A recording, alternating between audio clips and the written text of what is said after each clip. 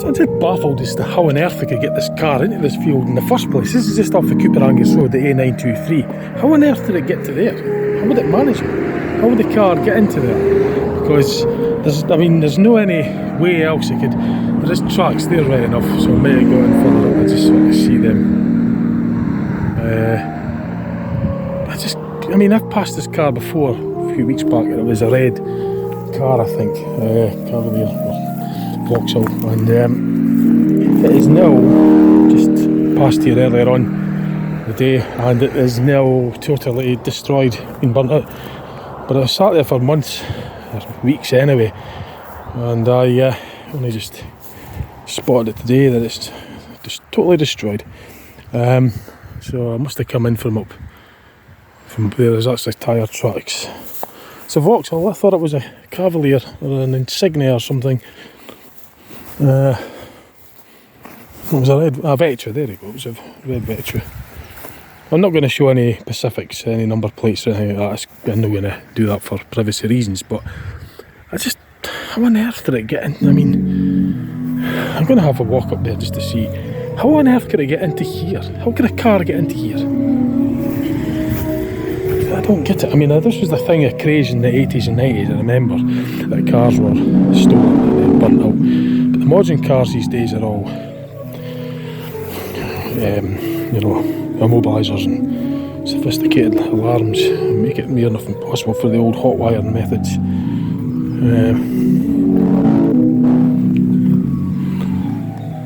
But it's like I say, I'm not showing anybody's private details or anything like that on here. This is just a general video because there's no identification marks on it. I don't highlight people's misfortunes on my video.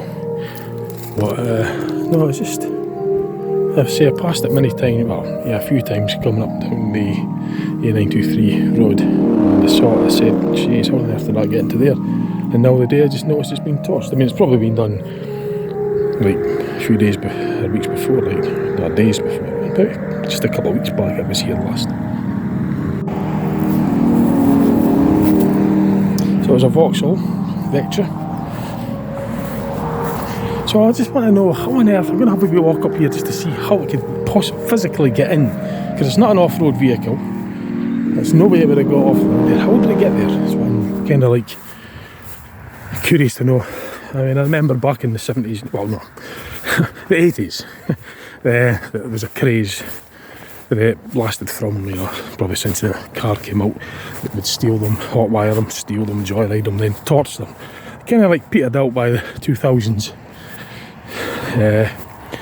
early 2000s, because cars got more immobilisers fitted to them. So it was more talking, taken without permission basically.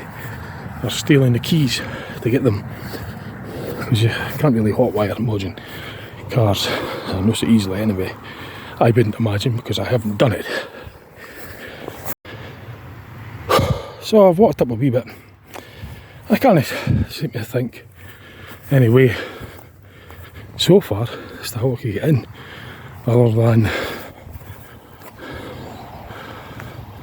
from down there and following that route to end up there.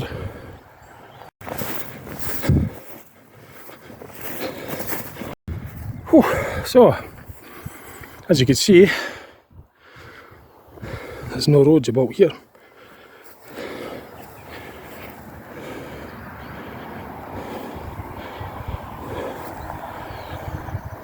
It's just down there. So, I just don't get it. How on earth could it get into there? The only way I can maybe think of is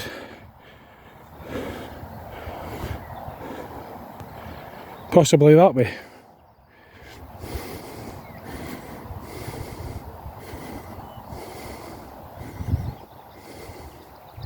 So it may come up that way off the side of the field, and then meet its resting place where it's at now, because there's another gate there Although I can't imagine it going that far up. I would have to have passed through this farm in order to drive up there at night, I presume, if it was a stolen car. And it would be drawing a lot of attention, and it's not a 4x4 by the looks of it, so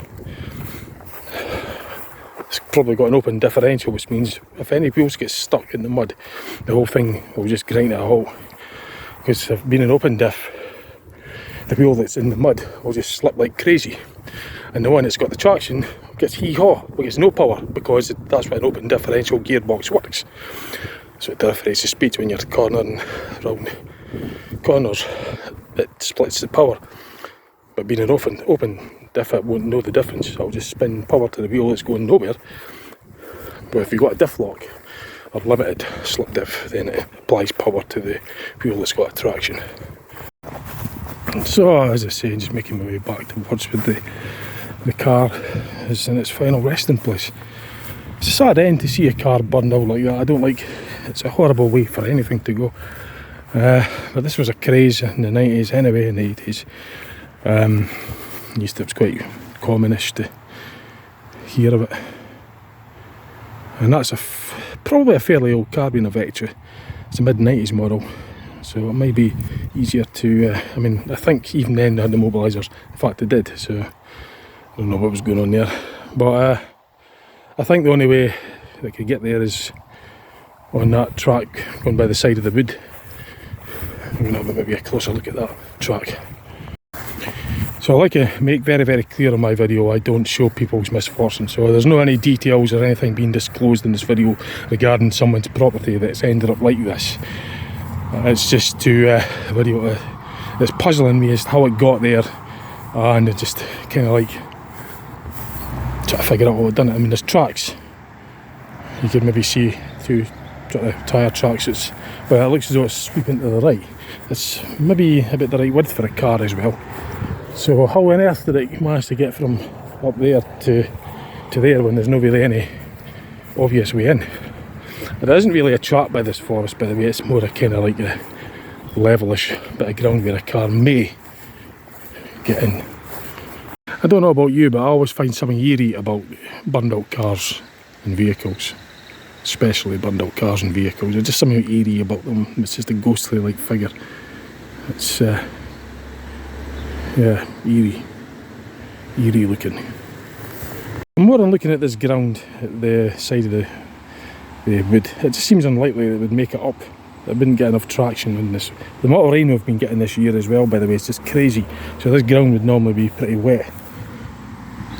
So and as I say, I reckon that's just a normal road car, open differential, which means it's not got the traction like a 4x4. I don't think it's got a limited slip diff or lock diff or anything like that on that model. So, I mean, I just can't imagine it getting up here. I mean, could you? And look at the steepness of that, and it's all off-road. So, and somehow this road-going cars ended up in the field here. The only other possibility could be that the car has maybe gone at excessive speed down that brae, down the road, at crazy speed like, and it's maybe somehow it's flipped onto its roof, and, or they maybe just went absolutely mental and they've maybe come down there, tore it, braked at crazy speed and just totally floored it to its mark and leapfrogged it right over. You know, they might have just done that. I mean, if they're off for, if it's joyriders and they're smashed out their brain on drugs and booze and whatever else they get up to, they might not really give much thought to their own and anybody else's safety. So they might have just came down there at mad speeds, got to there, floored it and done a Dukes of Hazzard and just flipped it right into this field. That's the only way, because this fence is demolished, by the way. So the more I think about it, that's maybe what's, they probably just, I can't really think any other way other than that. And it's maybe done a couple of rolls, because the roof does look as though it's been warped down a bit, although the heat, the metal looks warps with the heat of the fire, but it's sort of warped down at the back a bit, so it might be that that's what's happened. They might have got it in that way. You know, that's the only thing I could think of at the moment. I see the broken glass on the ground, so there's bits of plastic as well strewn about, which suggests to me that it has probably done a jump. There's maybe the gouge marks. I mean, I don't know, I'm just assuming that that's maybe what they've done. They've just went completely nuts and just floored the vehicle, just went for a jump and done a couple of rolls and came to a halt there, landed upright on its wheels. I mean, I can't really... The other thing they might have done is, we're in part of that lay-by, they might have had the car facing down here, locked the wheels, stuck a brick on the accelerator and just let the car go straight off on its own, so nobody was in it when it done this madness. I'm not really an investigator, so I don't know. I'm just trying to figure out how it's got into that. And it sat there for months or weeks anyway, and now it's ended up like this fairly recently, so.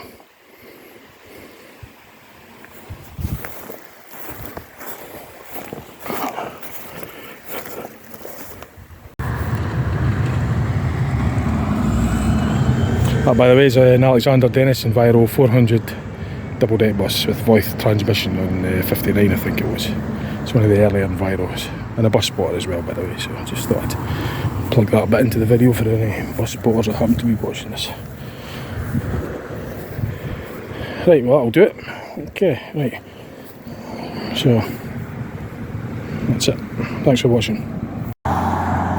There's one other thing I'll maybe mention just before I go on this, is that it may have initially been an accident, because it's quite a sharp bend.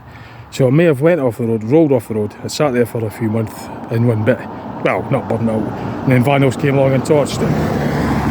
So, it could be a genuine accident. I think I seen a police aware sticker on it as it was the last time I saw it.